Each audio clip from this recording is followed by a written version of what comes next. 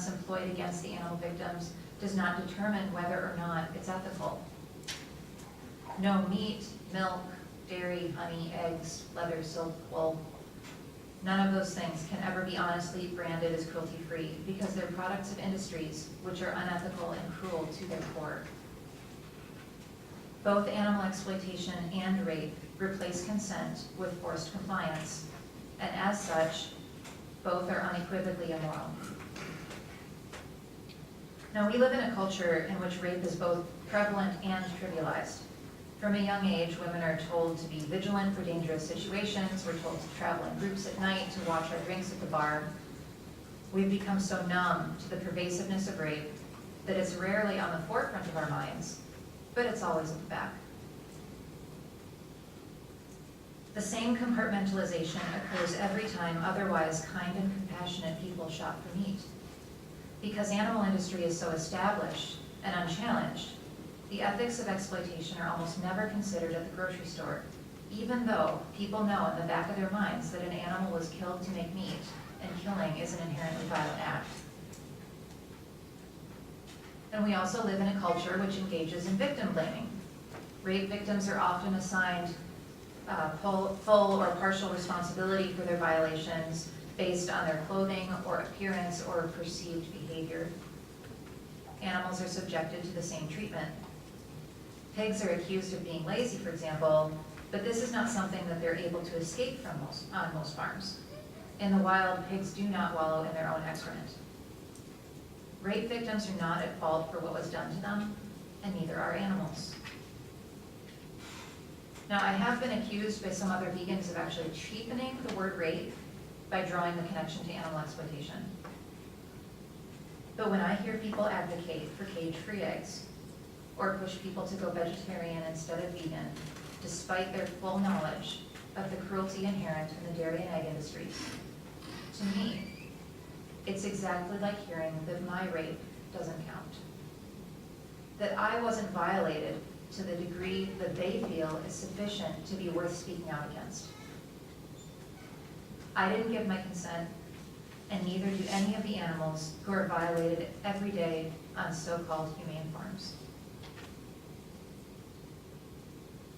Whether committed against an animal or another animal or a human, there are three central roles in the archetypical act of violence. There's the victim, there's the perpetrator, and in many cases, there is the witness. The first stage to an investigation of a crime is almost always to find witnesses who can shed light on what has occurred. The witness doesn't always need to have been physically present at the time of the violent act. They can have seen a video or a photo of what happened. They may have heard a verbal account. They may have seen damage done to a victim's body or even changes in his or her behavior after the fact. Witnesses are crucial in identifying the perpetrators of the crime, and they can bridge gaps in the investigation. Especially in the case of rape, witnesses add credibility to the victim's account. As the number of witnesses and their willingness to share their knowledge increases, the ability of the perpetrator to get away with their crimes diminishes exponentially. Most rapists and murderers rarely commit violent acts in broad daylight among bystanders. In the same way, industries profiting from animal abuse often conduct their violent business behind windowless walls, in discreet buildings, in remote areas. The problem is, too often, witnesses stay quiet. Siding with the perpetrator is really tempting. Not because we're malicious or we're unsympathetic, but because it can be difficult to speak up on behalf of the victim, to stick your neck out for what's right. It's easy to look away. All that a perpetrator of a crime needs to be successful is for everyone to look away from what they're doing. All the perpetrator asks is for witnesses to pretend that it isn't happening, that it never happened, or if it did happen, that it wasn't that bad.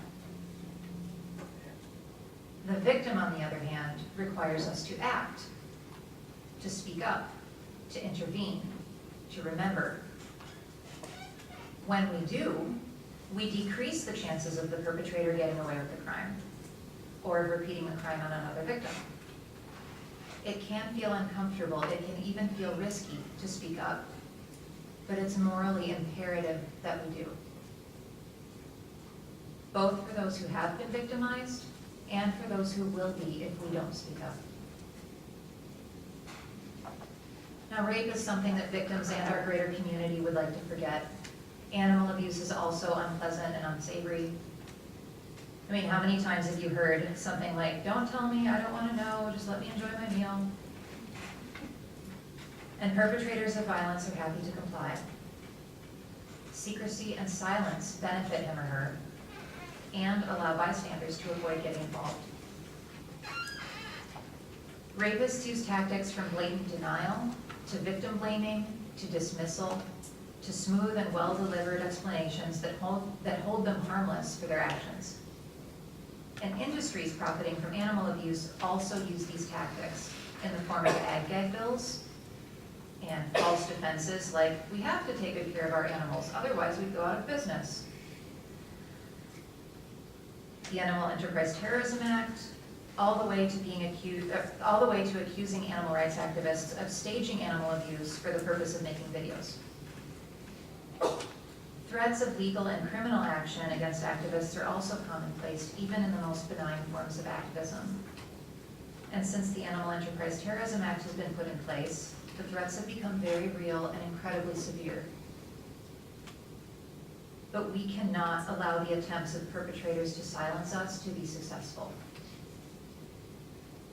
Once we are aware of an act of violence, it is morally impossible to remain neutral.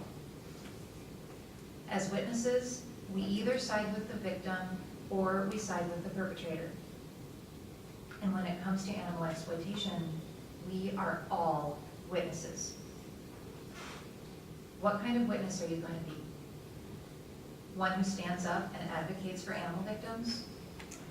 Or who stays quiet and grants their implicit consent to violating animals who have not given theirs? Thanks.